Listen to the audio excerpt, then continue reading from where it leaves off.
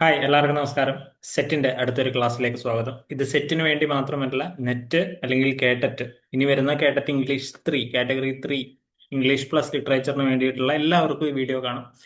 Just നമ്മൾ കുറച്ചും കൂടെ ഫോക്കസ് ചെയ്യുന്നത് ഇപ്പോൾ സെറ്റിന്റെ പരീക്ഷ വരുന്നതുകൊണ്ട് സെറ്റിനും കൂടി വേണ്ടിയിട്ടാണ് ഫോക്കസ് ചെയ്യുന്നത്. That's okay. ഇഷ്ടമായെങ്കിൽ പഠിക്കുന്ന ഒരു കൂട്ടുകാരന് അയച്ചു കൊടുക്കാൻ ഒന്ന് ശ്രദ്ധിക്കുക. കാരണം കാണുന്ന ആൾക്കാരുടെ എണ്ണം നമുക്ക് അറിയാൻ പറ്റുന്നുണ്ട്. സ്റ്റിൽ ഇത് ആവശ്യപ്പെടുന്ന, ഇത് വേണ്ട, പഠിക്കാൻ താല്പര്യമുള്ള ആൾക്കാരിലേക്ക് ഇനിയും എത്തി തുടങ്ങിയിട്ടില്ല. സോ നിങ്ങളുടെ കൂട്ടുകാർ ആരെങ്കിലും ഉണ്ടെങ്കിൽ, നിങ്ങൾക്ക് വാട്സപ്പ് ഗ്രൂപ്പുകൾ ഒക്കെ ഉണ്ടെങ്കിൽ ഒന്ന് ഷെയർ ചെയ്യാൻ ശ്രദ്ധിച്ചാൽ ദാറ്റ് വിൽ ബി ഗുഡ്. കുറച്ച് ആൾക്കാരിലേക്കും കൂടെ എനിക്ക് എത്താൻ പറ്റും, കുറേ ആൾക്കാർക്ക് പഠിപ്പിച്ചു കൊടുക്കാൻ പറ്റും. സോ നിങ്ങൾ റെഡിയാണെന്ന് വിചാരിക്കുന്നു. നമ്മൾ കുറച്ച് ക്വസ്റ്റ്യൻസ് ഒക്കെ പണ്ട് കണ്ടിട്ടുള്ളതായിരിക്കും. Still first question, the French revolution, a key background to romanticism took place during what time, അല്ലെങ്കിൽ ഏത് വർഷങ്ങളിൽ?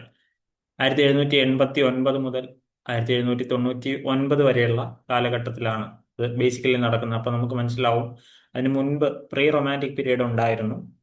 അത് തുടങ്ങുന്നത് ജർമ്മനിയിൽ നിന്നാണ്. ഗോത്തെ പോലെയുള്ള ആൾക്കാരാണ് അത് തുടങ്ങി വെക്കുന്നത്. ഇവിടെ വരുമ്പോൾ 1798 ബെല്ലാഡ്സ് വരുന്നത്, റൈറ്റ്? ഇനി ഇതിൽ ബേസിക്കലി പൊളിറ്റിക്കൽ ആൻഡ് ഐഡിയോളജിക്കൽ എല്ലാ തരത്തിലുള്ള വ്യത്യാസങ്ങളും വ്യതിയാനങ്ങളും ഉണ്ടാവുന്നുണ്ട്. ഓക്കെ, നിങ്ങളുടെ ഒരാൾ കമന്റ് ചെയ്തിട്ടുണ്ടായിരുന്നു, വിത്ത് ഓൾ റെസ്പെക്ട്, കുറച്ച് ചിന്തിക്കാൻ സമയം തന്നിട്ട് അടുത്ത ക്വസ്റ്റ്യനിലേക്ക് പോയാൽ മതി എന്നുള്ളത്. ടൈം ബാരിയർ ഉള്ളത് കൊണ്ടാണ് ഞാൻ ഇങ്ങനെ ചെയ്യുന്നത്. കാരണം ശ്രമിക്കാം, അടുത്ത വീഡിയോകളിൽ ശ്രമിക്കാം. പക്ഷെ വെറുതെ കുറെ സമയം പോണ്ട എന്ന് വിചാരിച്ചിട്ടാണ് ഒരു ക്വസ്റ്റ്യൻ പറഞ്ഞു, ഓപ്ഷൻ പറഞ്ഞു, ഉത്തരത്തിലേക്ക് പോകുന്നത്. I will try. തീർച്ചയായിട്ടും ഞാൻ ശ്രമിക്കുന്നതായിരിക്കും. ദ നാപ്പോളിയോണിക് വാസ് കണ്ടിന്യൂഡ് അൺടിൽ, ഏത് വർഷം വരെ?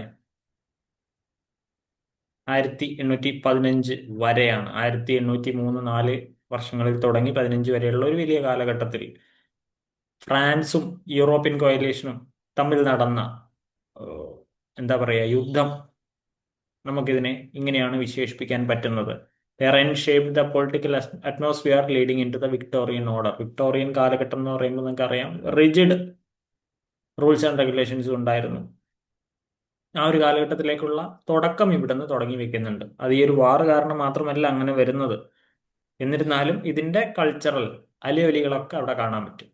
The revolutions of 1830 primarily involve uprisings in, എവിടെയാണ്? ബെൽജിയം, ഫ്രാൻസ്, പോളണ്ട്, സ്വിറ്റ്സർലാൻഡ്, ഈ 4 രാജ്യങ്ങളിലായിട്ടാണ്. കാരണം ഇവിടെ ഉണ്ടാവുന്ന റിവോൾട്ടുകൾ, revolutionary ideologies nationally liberal reactions ആയിരുന്നു കൺസർവേറ്റീവ് റെജീംസിനെതിരെ. അതായത് മുറുക്കി പിടിച്ച ഭരണത്തിനെതിരെയുള്ള വ്യത്യാസങ്ങളാണ് നമുക്കിവിടെ കൂടുതലായിട്ടും കാണാൻ പറ്റുന്നത്. Okay, the rise of realism mark the decline of romanticism, particularly in ഏത് കാലഘട്ടത്തിലേക്ക്? നോവൽസിന്റെ കാലഘട്ടത്തിലേക്കാണ് നമുക്ക് പറയുന്നത്. നോവൽസ് ലൈക്ക് ബെൽസാക്കും ഡിക്കൻസും ഒക്കെ ഈ ഒരു ട്രാൻസിഷനെ നമുക്ക് മുമ്പിലേക്ക് കൊണ്ടുവരുന്നതാണ്. കാരണം റിയലിസ്റ്റിക് ആട്രിബ്യൂട്ട്സ് മുഴുവൻ ഇവിടെ നമുക്ക് കാണാൻ പറ്റും. റൊമാൻറ്റിക് ഐഡിയോളജീസ് മുഴുവൻ മാറ്റുന്നതാണ് ഇതിനെ നമുക്ക് കാണാൻ പറ്റുന്നത്. Which dramatist are associated with realism? ഇതിൽ റിയലിസവുമായി ബന്ധപ്പെട്ട് കിടക്കുന്ന ഡ്രമാറ്റിസ്റ്റുകൾ ആരൊക്കെയാണ്? ഷേക്സ്പിയർ, മാർലോ അല്ല, അവരുടെ കാലഘട്ടം വേറെയാണ്. ബൈർണും ഷെല്ലിയും അല്ല, ഡ്രമാറ്റിസ്റ്റുകളാണെന്ന് പറയാൻ പറ്റില്ല. അവർ പോയമാണ് കൂടുതൽ എഴുതി. കീറ്റ്സും വേർഡ്സ്വർത്തും അല്ല. ബാക്കി ആരാ ഉള്ളത്? ഇബ്സനും ബെർണാഡ് ഷോയും മാത്രമാണ് ഉള്ളത്. റിയലിസ്റ്റിക് സോഷ്യൽ തീംസും അതുപോലെ എവ്രിഡേ ഡയലോഗ്സും ഒക്കെ ഒരു മോഡേൺ ഡ്രാമയിലേക്കുള്ള ഒരു എത്തിനോട്ടം എന്ന പോലെ, അല്ലെങ്കിൽ ഒരു പടികടന്ന് വരൽ എന്ന പോലെ ഇവരുടെ ഡ്രാമകളിൽ നമുക്ക് കാണാൻ പറ്റും. റിയലിസമാണ് ഇവരുടെ മേജർ തീംസിൽ വരുന്നത്. The sorrows of young Worth was published in 1774 ഗോതയാണ് ഇത് എഴുതുന്നത്. കാരണം നമ്മൾ പറഞ്ഞു, പ്രീ റൊമാൻറ്റിക് പീരീഡിന്റെ ഒക്കെ സ്റ്റാർട്ടിങ് ഇവരിൽ നിന്നാണ് വരുന്നത്.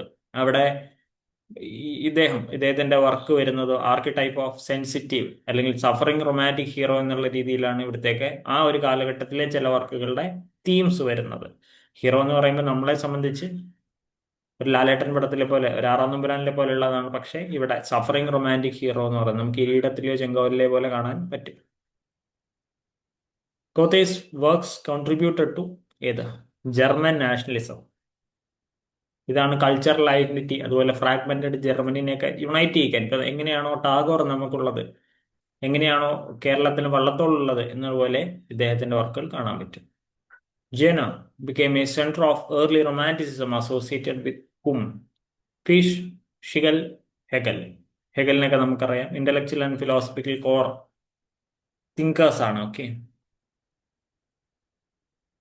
ജർമ്മൻ റൊമാൻറ്റിസത്തിന്റെ അടിത്തറ പാകിയ ആൾക്കാർ. ഈ റൊമാൻറ്റിസിസം എന്ന് പറയുമ്പോൾ, ജർമ്മൻ റൊമാൻറ്റിസിസം എന്ന് പറയുമ്പോൾ, ഹേഗലൊന്നും റൊമാൻറ്റിക് എഴുതിയോന്ന് ചോദിച്ചാൽ അങ്ങനത്തെ ഒരു റൊമാൻറ്റിക് മാത്രമല്ല അദ്ദേഹം എഴുതിയിട്ടുള്ള, ഫിലോസഫിക്കൽ റൈറ്റിംഗും കൂടെ അദ്ദേഹത്തിന്റെ വരുന്നുണ്ട്. The first collection of Grimm's fairy tales was published in. Grimm's fairy tale ആദ്യമായി പബ്ലിഷ് ചെയ്തതെന്ന് 1812 it reflects the romantic interest in national folklore and the purity of childhood. Okay, E.T.A. Hoffmann's the Sandman 1817 ഇറങ്ങിയത് is notable for എന്തിന്? Gothic and darker motives. German romantic gothic ടൈലിൽ വരുന്നതാണിത്. Later romanticism often incorporated darker uncanny psychological elements. ഇപ്പൊ നമുക്ക് ഈ dark elements എന്ന് പറയുമ്പോൾ Dracula നോക്കിയാൽ പോലും എല്ലാം ഇതിലേക്ക് വരുന്ന ഒരു കാലഘട്ടത്തിൽ ഉള്ളതാണ്. In American romanticism nature is viewed as ഏതാ? A haven for self realization. നമ്മുടെ യൂറോപ്യൻ ലിറ്ററേച്ചറിൽ, ബേസിക്കലി ബ്രിട്ടീഷ് ലിറ്ററേച്ചറിൽ അല്ലെങ്കിൽ ഇംഗ്ലീഷ് ലിറ്ററേച്ചറിൽ റൊമാൻറ്റിസിസം എന്ന് പറയുന്നത് ഒരു നേച്ചറുമായിട്ട് ബന്ധപ്പെട്ടിട്ടുള്ളതാണ്. ഇവിടെ വരുമ്പോൾ നേച്ചറിനെ ഏത് കൂടിയായിട്ട് പരിഗണിക്കുന്നുണ്ട്? ഹേവൻ ഫോർ സെൽഫ് റിയലൈസേഷൻ, സ്വന്തം അടിത്തറ പാകാനുള്ള ഒരു ടൂള് കൂടിയായിട്ട് കാണാറുണ്ട്. This contrast with earlier Puritan views of the wilderness as a place of sin. Okay, Captain Ahab is an example of. Captain Ahab ഇതിൽ നിന്നുള്ളതെന്ന് ആദ്യം മനസ്സിലാക്കണം. ഏതാ? Destructive self Reliance. ഓക്കെ, ഇദ്ദേഹം വരുന്നത് മോബി ഡിക്ക് എന്ന് പറയുന്ന 1851 ഇറങ്ങിയ വർക്കിൽ നിന്നാണ്. ഓക്കെ, മോബി ഡിക്കിലെ ക്യാപ്റ്റനാണ്, അതായത് തിമിംഗലത്തിനെ പിടിക്കാൻ പോകുന്ന ക്യാപ്റ്റനാണ് ക്യാപ്റ്റൻ അഹബ് എന്ന് പറയുന്നത്. ദ ട്രാൻസെൻഡന്റലിസ്റ്റ്സ് വേർ ആരാണ്? പൊളിറ്റിക്കലി പ്രോഗ്രസീവ് ആൻഡ് ഈഗാലിറ്റേറിയൻ ആയിരുന്നു. ബേസിക്കലി അമേരിക്കൻ റൊമാൻറ്റിസിക്സിനെ പോലെ വർക്ക് ചെയ്ത ആൾക്കാരാണ്. They promoted social reform, equality and the inherent goodness of people. Okay, the second generation of English romantics include. Second generation of English romantics, first generation അല്ല, second. അപ്പോൾ first generation എന്തായാലും എടുത്ത് കളയണം. പിന്നെ അതിൽ വരുന്ന ഡ്രാമാറ്റിസ്റ്റുകളെയും അതുപോലെ തന്നെ നോവലിസ്റ്റുകളെ എടുത്ത് മാറ്റുക. അപ്പോൾ ബാക്കി ആരാ ഉള്ളത്? ബൈറൺ ഉണ്ട്, ഷെല്ലി ഉണ്ട്, കീറ്റ്സ് ഉണ്ട്, റൈറ്റ്. ഡിക്കൻസും ഹാർഡിയും ഏലിയറ്റും ഒക്കെ വേറൊരു തരത്തിൽ എഴുതുന്ന ആൾക്കാരാണ്. ഷോയും വൈൽഡും ഒക്കെ കുറച്ചും കൂടെ ഡ്രാമാറ്റിക് ആയിട്ട് ഡ്രാമാസ് എഴുതുന്ന ആൾക്കാരാണ്. Okay, they were younger than the lake poets. Lake പോയറ്റ്സിനെയാണ് നമ്മൾ ബേസിക്കലി ഫസ്റ്റ് റൊമാൻറ്റിക്സ് എന്ന് പറയുന്നത്, ഫസ്റ്റ് ജനറേഷൻ ഓഫ് റൊമാൻറ്റിക്സ് എന്ന് പറയുന്നത്. അതിൽ കോളറിഡ്ജും അതുപോലെ തന്നെ വേർഡ്സ്വർത്തും സദയും വരുന്നുണ്ട്. ഫസ്റ്റ് ജനറേഷൻ ഓഫ് റൊമാൻറ്റിക്സിൽ ഇവർ സെക്കൻഡ് ആണ്. അപ്പൊ B, Byron, Shelley, Keats. Byron's hours of idleness was published in which year? 1807 first volume of poetry ആയിട്ട് ലോർഡ് ബൈറന്റെ ഹവേഴ്സ് ഓഫ് ഐഡിൽനെസ് വരുന്നത്. English bards and Scotch reviews 1809 ഇറങ്ങിയത് എന്താണ്, അല്ലെങ്കിൽ ആരാണ് എഴുതിയത്? അത് ഒരു സറ്റയർ ആണ്. English bards and Scotch reviews എന്ന് പറയുന്നത് എഴുതിയത് ലോർഡ് ബൈറൺ ആണ്. Written in heroic couplets. It attacked the critics who panned his first book. അദ്ദേഹത്തിന്റെ ആദ്യത്തെ ബുക്കിനെ വിമർശിച്ചവരെ പറയുന്ന ഒരു വർക്കായിട്ടാണ് ഇത് വന്നിട്ടുള്ളത്. Childe Harold's pilgrimage made Byron famous in ഏത് വർഷം? 1812. അതിൽ അദ്ദേഹം പറയുന്നുണ്ട്, ഇത് പബ്ലിഷ് ചെയ്തതിന് ശേഷം അദ്ദേഹം പറയാം, he said, Byron said, I awoke one morning and found myself famous. ഏതിന്റെ പബ്ലിക്കേഷന് ശേഷം? Childe Harold's pilgrimage. Okay, Byron's Don Juan 1821 ഇറങ്ങുന്നത് is best described as what? A satiric mock epic in verse. ഇനി ഇത് ഒട്ടോവ റൈമ എന്ന് പറയുന്ന സ്റ്റാൻസായിക് ഫോമിലാണ് എഴുതിയിട്ടുള്ളത്. എന്തിനു വേണ്ടിയിട്ടായി ഡോൺ ജുവാൻ എഴുതിയിട്ടുള്ളത്? Satirize modern society and contemporary poets. Shelley's Prometheus unbound 1820 ഇറങ്ങുന്നത് is what? Lyrical closet drama. ഇനി എന്താണ് ഇത്? ക്ലോസിക് ഡ്രാമ എന്ന് പറഞ്ഞാൽ എന്താ? A play intended to be read rather than performed on a stage. ഒരാൾക്ക് ഒറ്റയ്ക്കിരുന്ന് വായിക്കാൻ പറ്റുന്ന തരത്തിൽ എഴുതപ്പെടുന്നതാണത്, സ്വയം ഇരുന്ന് ആസ്വദിക്കാനുള്ള തരത്തിൽ. Which of the following early works of Shelley reflects Gothic themes of violence and revenge? സെട്രോസി എന്ന് പറയുന്നതാണ് ആ വർക്കിൽ വരുന്നത്. Early work of Shelley, gothic തീമിലുള്ള വയലൻസ് റിവെഞ്ചും ഉള്ള. Shelley wrote this gothic horror novel while still a student at Eton. Eton കോളേജിൽ പഠിക്കുന്ന ടൈമിലാണ് ഷെല്ലി ഇത് എഴുതുന്നത്. അദ്ദേഹത്തിന്റെ നെസസിറ്റി ഓഫ് അത്യസം എന്ന് പറയുന്ന വർക്ക് എഴുതിയതുകൊണ്ടാണ് അദ്ദേഹത്തിനെ അവിടുത്തെ കോളേജിൽ നിന്ന് പുറത്താക്കുന്നത്. അത്യസം എന്നൊന്നും അല്ലെങ്കിൽ നിരീശ്വരവാദം എന്നൊന്നും പറയാൻ പാടില്ലാത്തൊരു കാലഘട്ടത്തിലാണ് അദ്ദേഹം എഴുതി കോളേജിൽ നിന്ന് പുറത്താകുന്നത്. Shelley's the necessity of atheism 1811 ഇറങ്ങിയത് ലെഡ് ടു വാട്ട്? നമ്മളിപ്പോൾ പറഞ്ഞു നിർത്തിയാണ് his expulsion from Oxford University. Shelley and his friend Thomas Jefferson were expelled for refusing to admit authorship. അതായത് റിലീജിയസ് ആയിട്ടുള്ള ക്രിസ്ത്യാനിക് റൂൾസ് അബൈഡ് ചെയ്യാത്തത് കൊണ്ട് അവരിത് എഴുതുകയും അതിന്റെ പേരിൽ അവരെ പുറത്താക്കുകയും ചെയ്യുന്നത് 1811 ആണ് ഓക്സ്ഫോർഡ് യൂണിവേഴ്സിറ്റിയിൽ നിന്ന്. Queen Mab 1813 is best described as philosophical and political poem. Serves as a vehicle for Shelley's radical views. Queen Mab ഒരു സാധാരണ ഒരു പോയമായിട്ട് നമുക്ക് കണക്കാക്കാൻ പറ്റില്ല. വൈ? അത് പൊളിറ്റിക്സും ഫിലോസഫിയും പറയുന്നതാണ്. അദ്ദേഹത്തിന്റെ ഷെല്ലിയുടെ പല വർക്കുകളും പ്യുവർലി പൊളിറ്റിക്കലാണ്. Views on vegetarianism, religion and free love. അപ്പൊ അവിടെയും എത്തിയൂസം അദ്ദേഹത്തിന്റെ മോസ്റ്റ് പോയിന്റ് ആയിട്ട് വരുന്നുണ്ട്. ഷെല്ലീസ് അലാസ്റ്റർ 1816 ഇറങ്ങിയത് is often interpreted as a political manifesto, a spiritual autobiography, historical narrative, satire. Alastor basically വരുന്നത് സ്പിരിച്വൽ ഓട്ടോബയോഗ്രഫിയാണ് അദ്ദേഹത്തിന് 1816 ഇറങ്ങുന്നത്. എന്താണ് ഈ പോയത്തിൽ ഡീൽ ചെയ്യുന്നത്? A solitary poet search for an idealized version of beauty. നമ്മളിങ്ങനെ പറയൂലേ, ഇതാണ് ഐഡിയൽ വേർഷൻ, ഇതാണ് ഐഡിയൽ അല്ലാത്ത വേർഷൻ. അതിനെക്കുറിച്ചിട്ടുള്ള ഒരു കരുതൽ അല്ലെങ്കിൽ അതിനെക്കുറിച്ചിട്ടുള്ള ഒരു ഡീൽ ചെയ്യുന്ന ടോപ്പിക്കാണ് അലാസ്റ്റർ എന്ന് പറയുന്ന ഷെല്ലിയുടെ poem. Which poem did Shelley write during his stay in Geneva in 1816? ഏതാ? മോണ്ട് പ്ലാങ്ക് എന്ന് പറയുന്നതാണ്. Ode to the west wind ഒക്കെ ഭയങ്കര ഫേമസ് ആണ്, പക്ഷെ അതല്ല ഇപ്പോഴത്തെ. മോണ്ട് പ്ലാങ്ക് ആണ്. അതുപോലെ തന്നെ ഈ ജനീവയിൽ ഇരുന്ന് ഈ മോണ്ട് പ്ലാങ്ക് എഴുതുമ്പോൾ he was inspired by the scenery of Chamonix valley. ഒരു നാച്ചുറലിസ്റ്റിക് വ്യൂ കണ്ടിട്ടാണ് അദ്ദേഹം എന്ത് ചെയ്യുന്നത്? മോണ്ട് പ്ലാങ്ക് എന്ന് പറയുന്ന പോയം എഴുതുന്നത്. ദ റിവോൾട്ട് ഓഫ് ഇസ്ലാം 1818 ഇറങ്ങുന്നത് was originally titled what? Laon and സിന്തിയ. ഓക്കെ, നമ്മൾ ഈ പ്രോമിത്യൂസ് ബൗണ്ടിനെ കുറിച്ച് നമ്മൾ നേരത്തെ പറഞ്ഞിട്ടുണ്ടായിരുന്നു. പ്രോമിത്യൂസ് അൺബൗണ്ട് ആണത്. അപ്പൊ ലാവോൺ സിന്തിയ ആണ് ആക്ച്വലി റിവോൾട്ട് ഓഫ് ഇസ്ലാമിന്റെ ഫസ്റ്റ് ഒറിജിനൽ ടൈറ്റിൽ ആയിട്ട് ഉണ്ടായിരുന്നത്. എന്തുകൊണ്ടാണിത്? The original version was edited to avoid charges of incest and extreme blasphemy. എന്താ ബ്ലാസ്ഫെമി എന്ന് പറഞ്ഞു കഴിഞ്ഞാൽ ഭയങ്കര സൂക്ഷിച്ച് കൈകാര്യം ചെയ്യുന്ന വിഷയങ്ങളുണ്ടല്ലോ, റിലീജിയൻ ആയിക്കോട്ടെ, അങ്ങനത്തെ സൊഫിസ്റ്റിക്കേറ്റഡ്, അതിനെയൊക്കെ എതിര് പറയുന്നതിനെയാണ്, അല്ലെങ്കിൽ കളിയാക്കുക, താഴ്ത്തിക്കെട്ടുക, ഇല്ലായ്മ പറയുക, അതൊക്കെ ചെയ്യുന്നതിനാണ് ബ്ലാസ്ഫെമി എന്ന് പറയുന്നത്. Shelley's Ozymandias centres on what?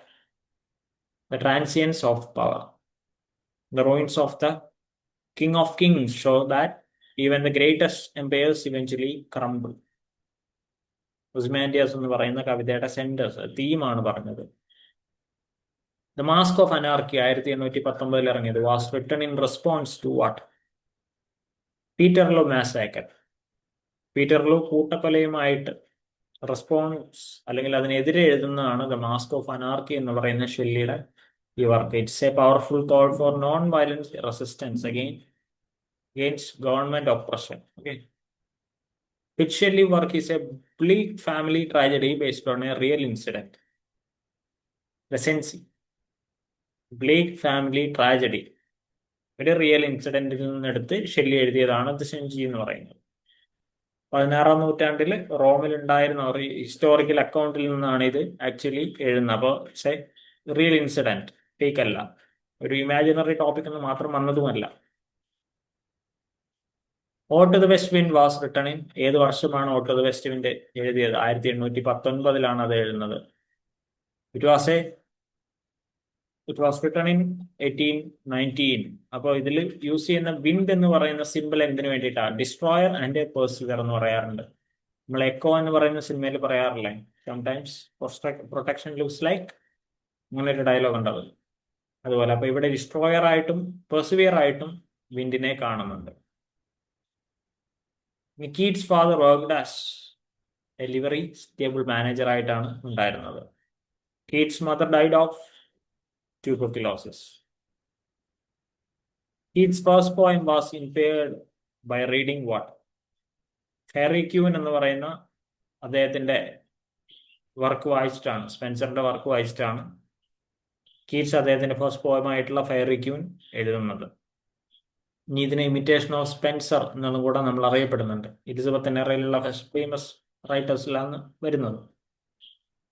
Oh solitude by Keats was published in, ആദ്യമായിട്ട് വന്നത് എവിടെയാ? ദ എക്സാമിനർ എന്ന് പറയുന്നതിലാണ്.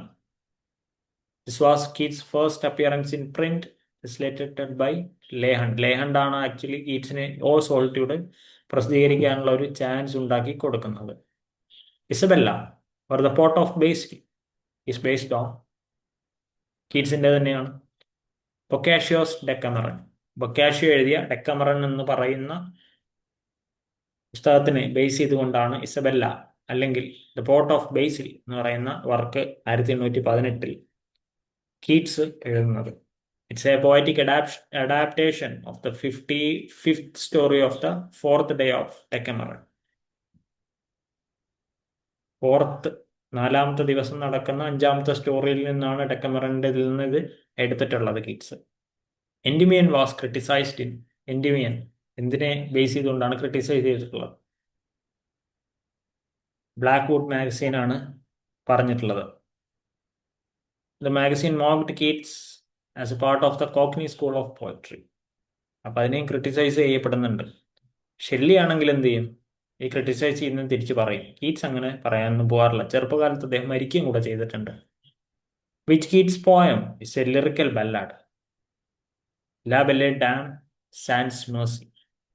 അതൊരു ട്രഡീഷണൽ ബെല്ലാഡ് രീതിയിൽ എഴുതിയിട്ടുള്ള ഒരു അൺറിക്കേറ്റഡ് സൂപ്പർ നാച്ചുറൽ എലമെന്റ്സ് ഉള്ള ക്യാരക്ടർ ഉള്ള ഒരു പോയമാണ് ലാ ബെല്ലെ ഡാം സാൻസ് മേഴ്സി എന്ന് പറയുന്നത്.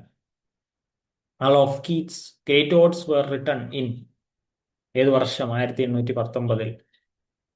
അതുകൊണ്ട് തന്നെ 1819 കീറ്റ്സിന്റെ ആനസ് മിറാബിലിസ് അല്ലെങ്കിൽ മിറാക്കുലസ് ഇയർ എന്ന് പറഞ്ഞിട്ടുണ്ട്. കാരണം അദ്ദേഹത്തിന്റെ പ്രധാനപ്പെട്ട ഓടുകൾ മുഴുവൻ എഴുതിയിട്ടുള്ളത് 1819 അതുകൊണ്ട് ആനസ് മിറാബിലിസ് എന്ന് പറയുന്ന മിറാക്കുലസ് ഇയർ എന്ന് പറയുന്നത് ഇവിടെ ഉപയോഗിക്കുന്നുണ്ട്. ഇത് ഇവിടെ മാത്രമല്ല ഉപയോഗിക്കുന്നത്, 1600-കൾക്ക് ശേഷം, 1650-കൾക്ക് ശേഷം പറഞ്ഞു കഴിഞ്ഞാൽ ഒരു സ്ഥലത്ത് ഉപയോഗിക്കുന്നുണ്ട്. അത് നിങ്ങൾക്ക് അറിയെങ്കിൽ നിങ്ങൾ പറഞ്ഞു തരാം. ആരെഴുതി, എന്തെഴുതി, എന്തിനെ കുറിച്ചാണ് കമന്റ് ചെയ്തിട്ടാൽ മതി. എന്താണ് ആനസ് മിറാബിലിസ്?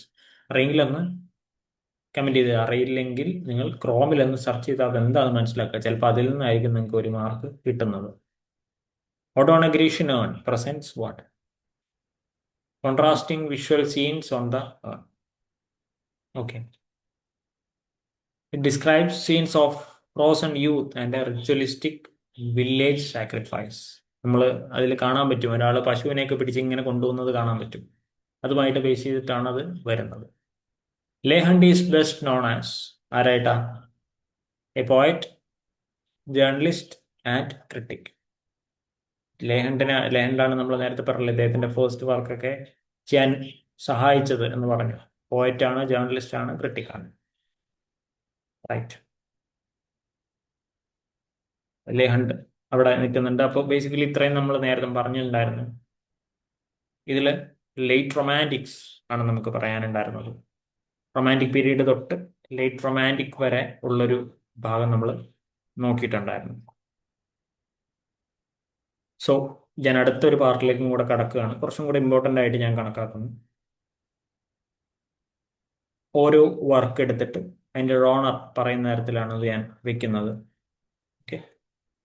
പാരഡൈസ് ലോസ്റ്റ്, അതിൻ്റെ ഓണർ എന്ന് പറയുന്നത് എന്താണ്? അതൊരു എപ്പിക് പോയമായിട്ടാണ് എഴുതിയിട്ടുള്ളത്. ബിബ്ലിക്കൽ അലഗറി അല്ല, ട്രാജിക് എപ്പിക് അല്ല, ഒന്നുമല്ല. എപ്പിക് പോയമായിട്ടാണ് അത് എഴുതിയിട്ടുള്ളത്. Written in blank verse. Okay, ഒരു ക്ലാസിക്കൽ എപ്പിക്കൽ കൺവെൻഷനിൽ എഴുതിയിട്ടുള്ള ബ്ലാങ്ക് വേഴ്സിൽ എഴുതിയിട്ടുള്ളതാണ്. ഇത് എഴുതിയത് ജോൺ മിൽട്ടൺ ആണ്. 1667 10 ബുക്കുകളോട് കൂടിയിട്ട് പാരഡൈസ് ലോസ്റ്റ് ആദ്യമായിട്ട് എഴുതുന്നത്. അടുത്തത് സോങ് ഓഫ് മൈസെൽഫ്. ഇതൊരു ഫ്രീ വേഴ്സിൽ എഴുതിയ വാൾട്ട് വിറ്റ്മാൻ 1855 എഴുതിയ ഫസ്റ്റ് ഒരു പോയമായിട്ടാണ് കണക്കാക്കുന്നത്. എന്തുകൊണ്ടാണ് ഇത് ഫേമസ് ആയത്? Rejects rhyme and metre. അതൊന്നും വേണ്ട.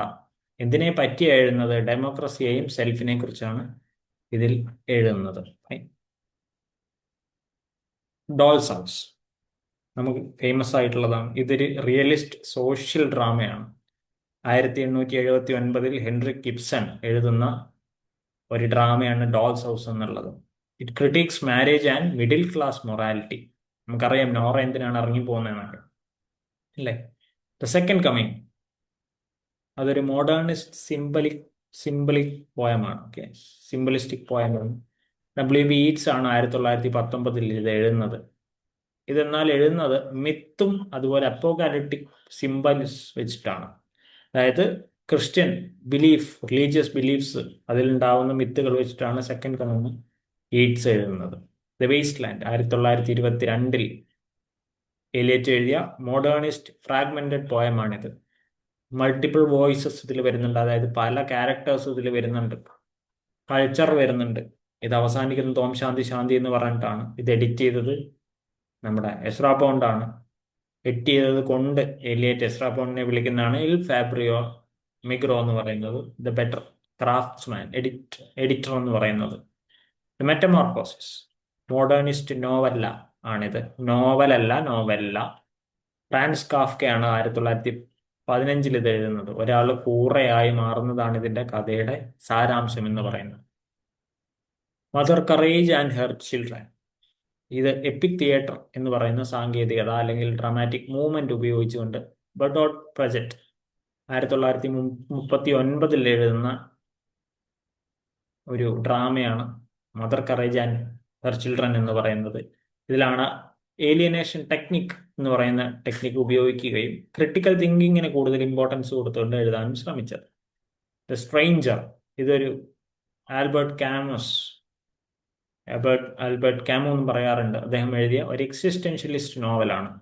1942 അദ്ദേഹം എഴുതുന്നത്. ഇവരൊക്കെ അബ്സേർഡിസ്റ്റ് മൂവ്മെന്റിനെ ഏറ്റവും കൂടുതൽ പ്രൊമോട്ട് ചെയ്ത ആൾക്കാരായിരുന്നു.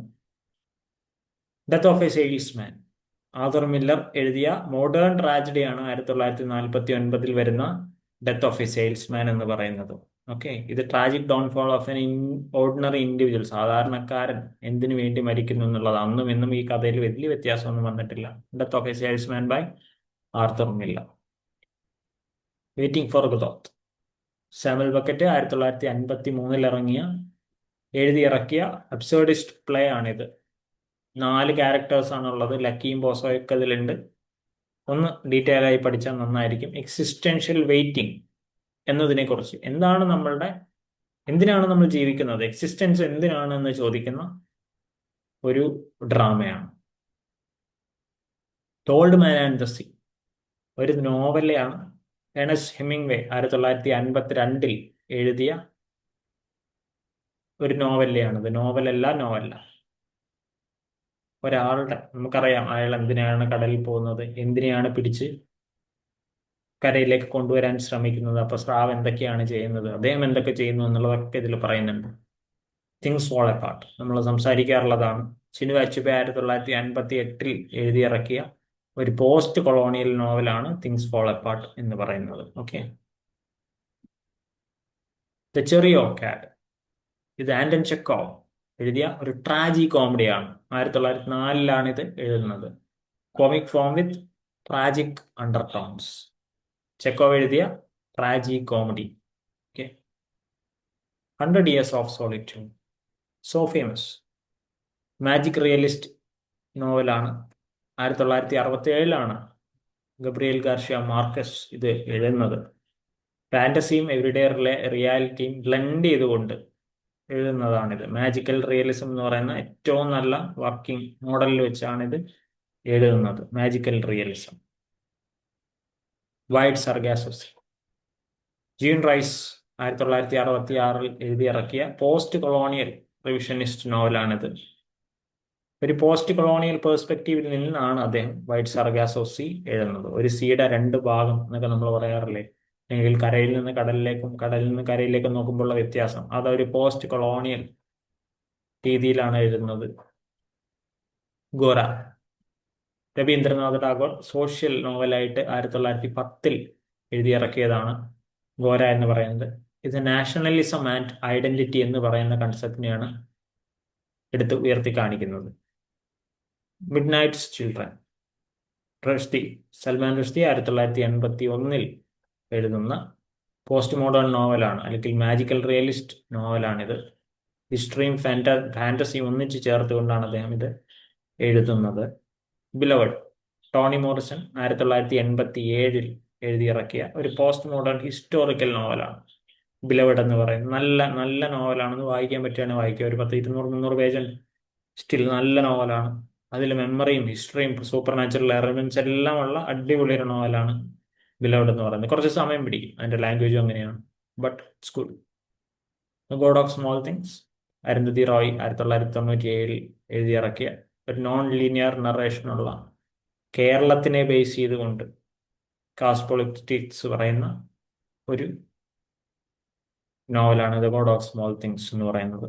കൈറ്റ് റണ്ണർ, ഖലീദ് ഹുസൈനി 2003 ഇറക്കിയ ഒരു ബിൽഡൻ സ്ട്രോമൻ നോവലാണ് ദ കൈറ്റ് റണ്ണർ എന്ന് പറയുന്നത്. സോ തൽക്കാലം ഞാൻ നിർത്തുകയാണ്. വീഡിയോ ലോങ് ആയി എന്ന് ഞാൻ വിചാരിക്കുന്നില്ല. ഇതെന്തായാലും നിങ്ങൾക്ക് ഉപകാരപ്പെടും. സോ വീഡിയോ ഇഷ്ടമായാൽ നിങ്ങൾ ലൈക്ക് ചെയ്യുക, സബ്സ്ക്രൈബ് ചെയ്യാം, പരിഗണിക്കുക. കമൻറ്റ് ചെയ്യാൻ എന്തെങ്കിലും സംശയം ഉണ്ടെങ്കിൽ കമൻറ്റ് ചെയ്യാം. ഏതെങ്കിലും പോർഷൻ നിങ്ങൾക്ക് താല്പര്യം ഉണ്ടെങ്കിൽ അത് ക്ലാസ് എടുത്തു തരാൻ വേണ്ടി നിങ്ങൾക്ക് കമൻറ്റ് ചെയ്യാം. ഇതൊന്നും ചെയ്തിട്ടില്ലെങ്കിലും പഠിക്കുന്ന ഒരു കൂട്ടുകാരനൊന്ന് ഷെയർ ചെയ്ത് കൊടുക്കാൻ ശ്രമിക്കുക. അവരും പഠിച്ചോട്ടെ, അവരും പാസ്സാവട്ടെ. സോ എല്ലാവർക്കും ഓൾ ദ ബെസ്റ്റ്. നമുക്ക് അടുത്തൊരു വീഡിയോയിൽ കാണാം. Bye bye and see.